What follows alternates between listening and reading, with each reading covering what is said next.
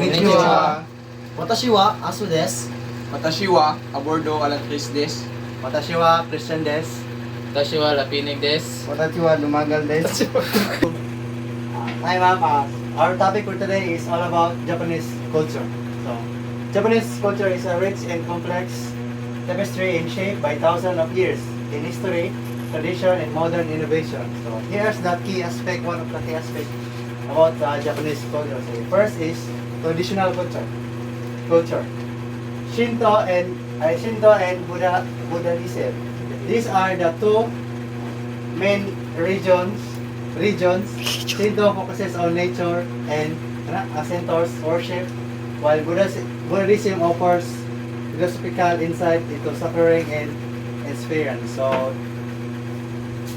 Shinto and Buddhism is kanang nag-worship sa Buddha, sa ilang nilang mga suffering para i-share ba. So, tea ceremony or sado. In a ritual preparation and presentation of matcha tea, emphasizing a harmony, respect, purity, and tranquility. So, kani siya is one of magadiring tea ceremony, family ba na or mga grupo to emphasize the respect sa ilang kwan.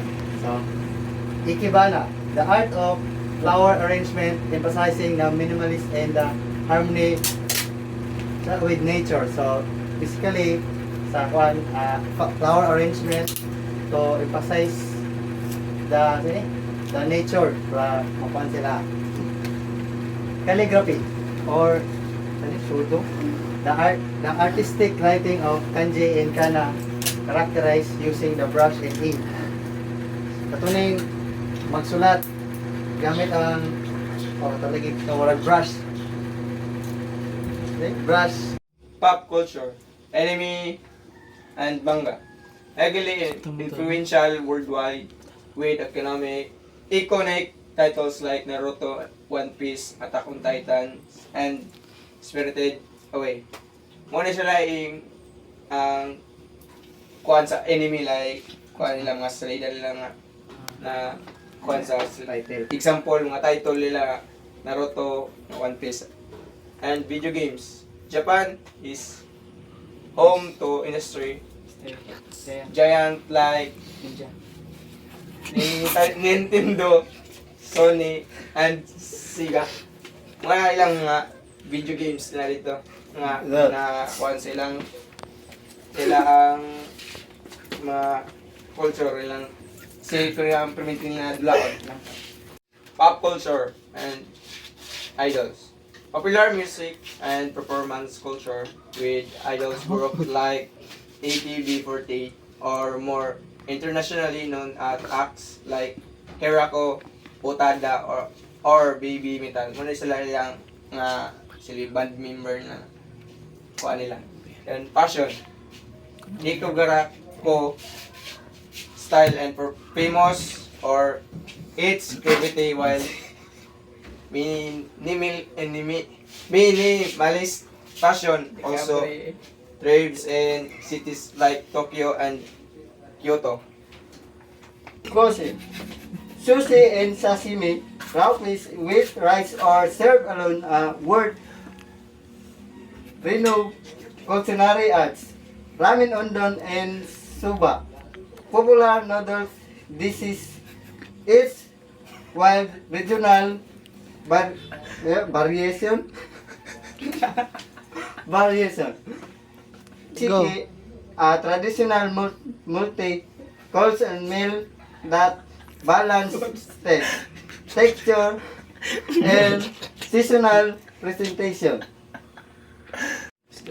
Wagashi, Japanese sweet obtained enjoyed with tea made from natural ingredients like red paste and mochi.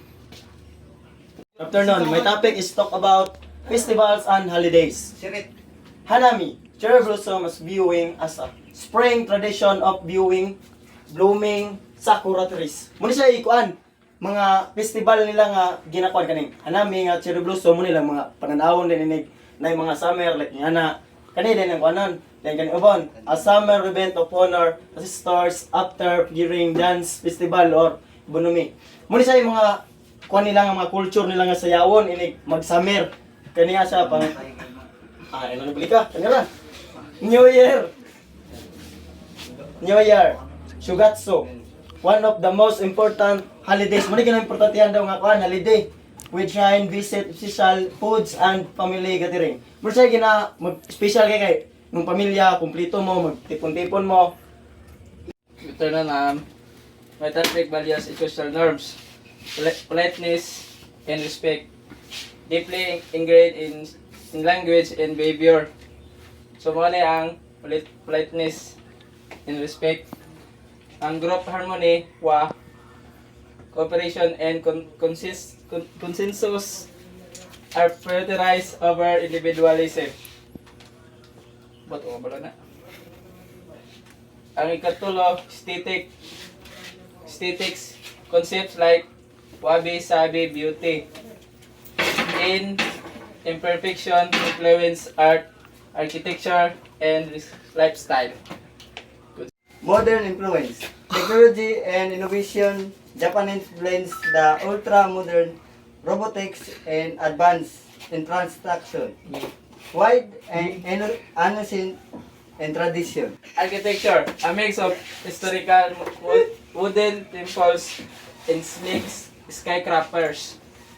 Environmental awareness, traditional values and modern practices often promote sustainability and respect for nature. Thank you.